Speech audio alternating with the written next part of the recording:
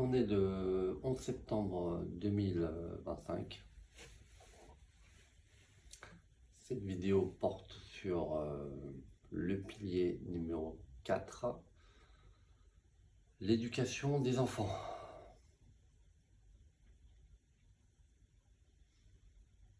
Je fais cette vidéo pour Dieu et j'espère qu'elle lui plaira en cette journée sainte. Pilier numéro 4. Donc c'est un pilier, ça marque l'importance de ce sujet, l'éducation des enfants, dans la vision, l'établissement d'une société humaine harmonieuse qui va vers le paradis terrestre.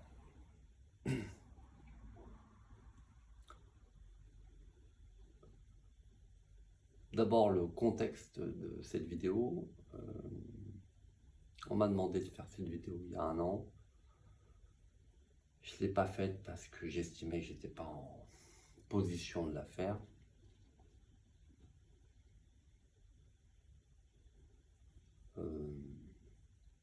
Je la fais maintenant parce qu'elle est nécessaire.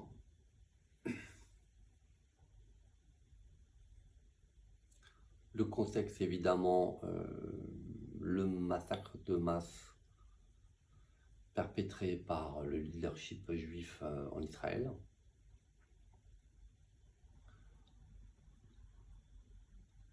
Et c'est le contexte actuel en 2025, des millions, des centaines de millions d'enfants qui sont abandonnés, délaissés, maltraités de diverses façons.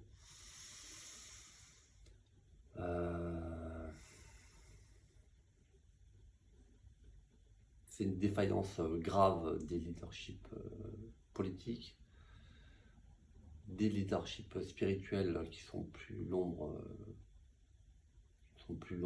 que d'elles-mêmes. Il faut le dire clairement. Ce qui reste de la sagesse sur cette planète, il n'y a plus grand chose de vrais sages, quoi. Il n'en reste plus, quoi.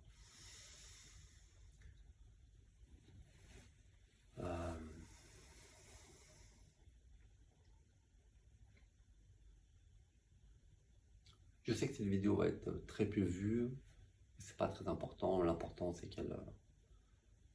qu'elle plaise à Dieu et je le fais pour Dieu.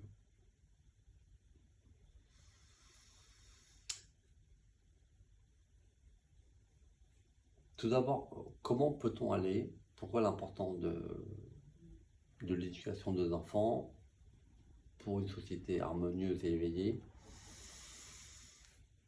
Ça va de soi, c'est de la sagesse basique qu'on n'est pas capable d'appliquer de nos jours, et c'est ça qui est triste. Il faut des sages, des vrais sages qui se tiennent debout pour ce genre de sujet.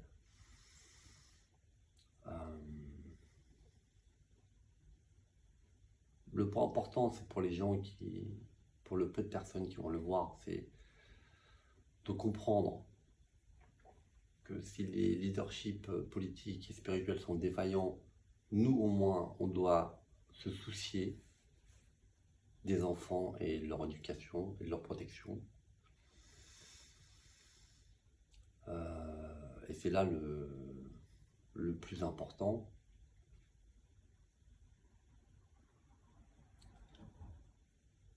Comment établir une société future, éveillée et harmonieuse sans une éducation correcte, une protection correcte des enfants? Je ne vois pas comment on peut y arriver. Ce genre de choses très basiques, les leaders politiques et spirituels sont incapables de l'appliquer par stupidité, mauvaise foi et corruption. Je le constate et je le regrette, c'est comme ça.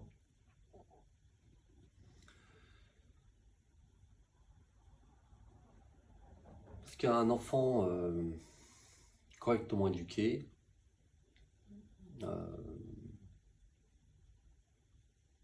permet de grandir psychologiquement et spirituellement, il lui permet de se sauver lui et de sauver aussi peut-être des dizaines, des centaines, des milliers ou des millions de personnes. Alors qu'un enfant qui a été mal éduqué ou maltraité peut se détruire psychologiquement, physiquement, peut aussi détruire des dizaines, des centaines, des milliers ou des millions de personnes. On parle ici du futur de l'humanité en fait, qui est sous nos yeux.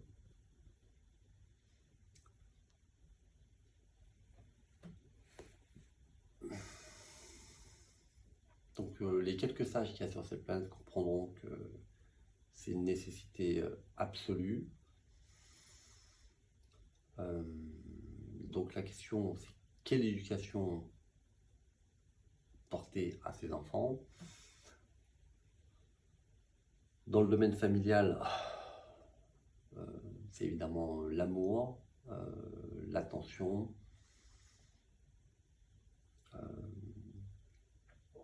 les aider à avoir confiance en eux, dans leur aptitude à créer et à faire des choses. C'est passer du temps avec eux. Ça, c'est pas une option. C'est établir un foyer doux, apaisé et chaleureux, au sens propre comme au sens figuré. Un foyer doit être chaleureux par l'amour des parents, par l'amour qu'insufflent les parents dans le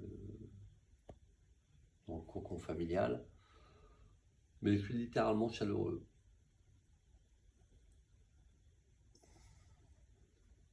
Un enfant ne doit pas avoir froid, en fait, ni physiquement, ni psychologiquement.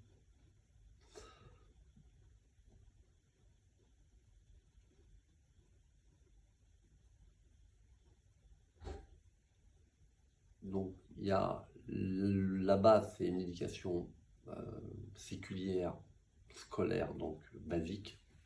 Il y a des enfants qui ne vont pas à l'école, qui mendient pour aider leur famille. Ça ne doit pas arriver, en fait. Ce sont les parents qui doivent fournir le nécessaire aux enfants. Les enfants n'ont pas à travailler, en fait. Ils doivent se former. Ils ont le droit d'avoir une enfance normale, d'enfants sans travail, sans le souci du travail. Il y a tellement de richesses sur cette planète, on peut y arriver très facilement en fait. Les enfants n'ont pas à travailler, on peut aider les familles en difficulté. C'est tout à fait faisable.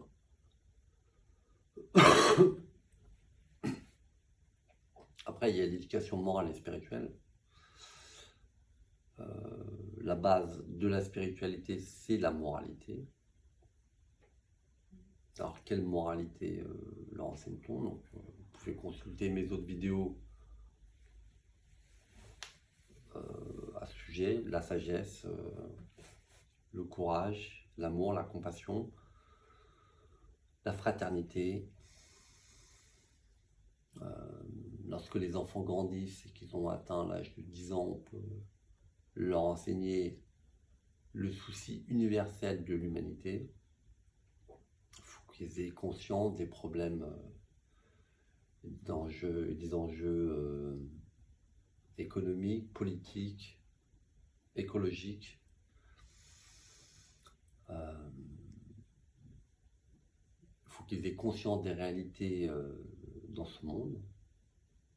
Il y a des enfants qui vivent des réalités économiques, politiques et écologiques très différents.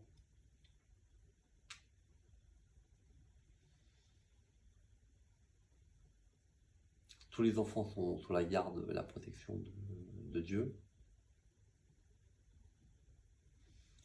Donc d'une certaine façon,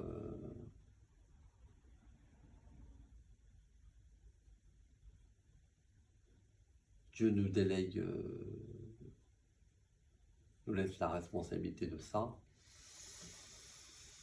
C'est pas juste nos enfants, c'est tous les enfants du monde, hein. Pour ceux qui ont la foi, on ne peut pas se soucier uniquement des enfants, de nos enfants.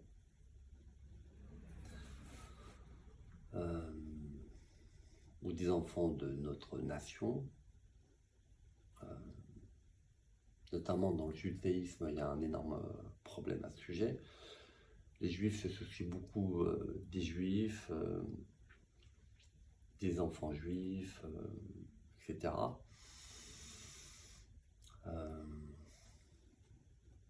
Ce n'est pas conforme à la vérité, ni à la religion.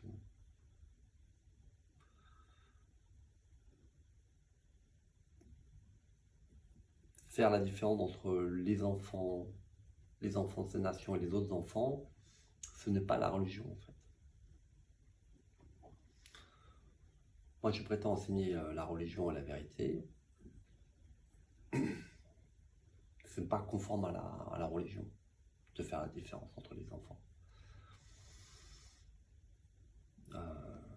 C'est tout le problème du nationalisme, des religions nationalistes comme le judaïsme, ou l'hindouisme d'ailleurs, qui ne se soucie pas des autres. C'est une décadence, c'est une version décadente de la religion. Ce n'est pas la religion. Tout simplement. Le christianisme le comprend facilement, l'islam, je ne sais pas, je ne suis pas sûr. Le bouddhisme, on ne parle pas trop.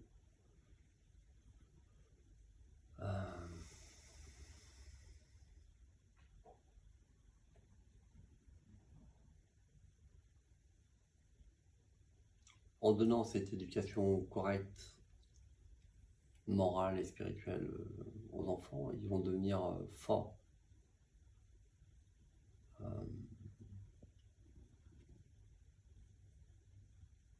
Spirituellement et moralement. Il faut aussi qu'ils soient forts physiquement.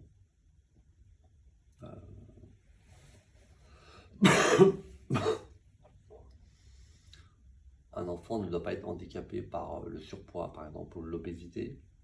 On doit être attentif à ça. On doit être attentif à le nourrir correctement. Pour ça, il faut apprendre ce qu'est une nourriture correcte. Évidemment, c'est dans le milieu familial que ça se joue beaucoup.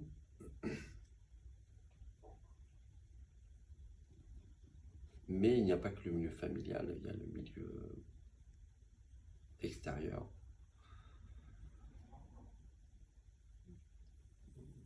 Et chacun doit prendre ses responsabilités à chaque fois, s'il y a des défaillances. Parce que ça arrive.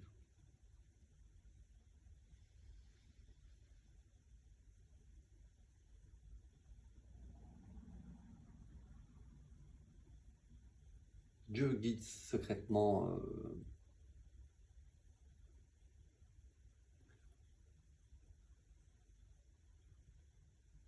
spirituellement les enfants en fait.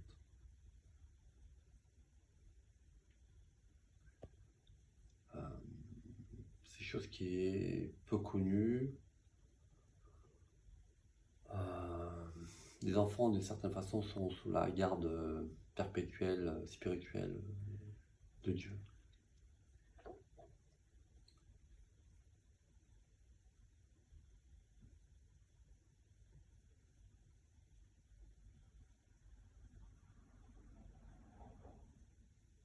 Et nous les recevons dans notre foyer, nous les gardons, nous les aimons, nous les protégeons, au nom de Dieu et pour Dieu.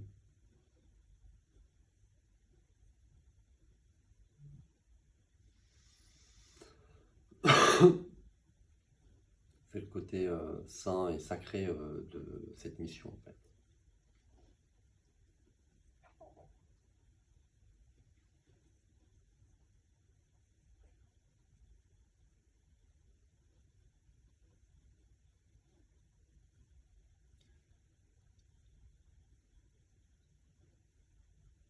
Puisse Dieu continue à protéger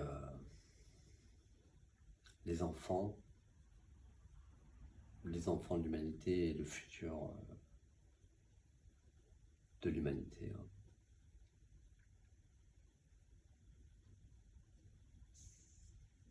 Merci pour votre attention.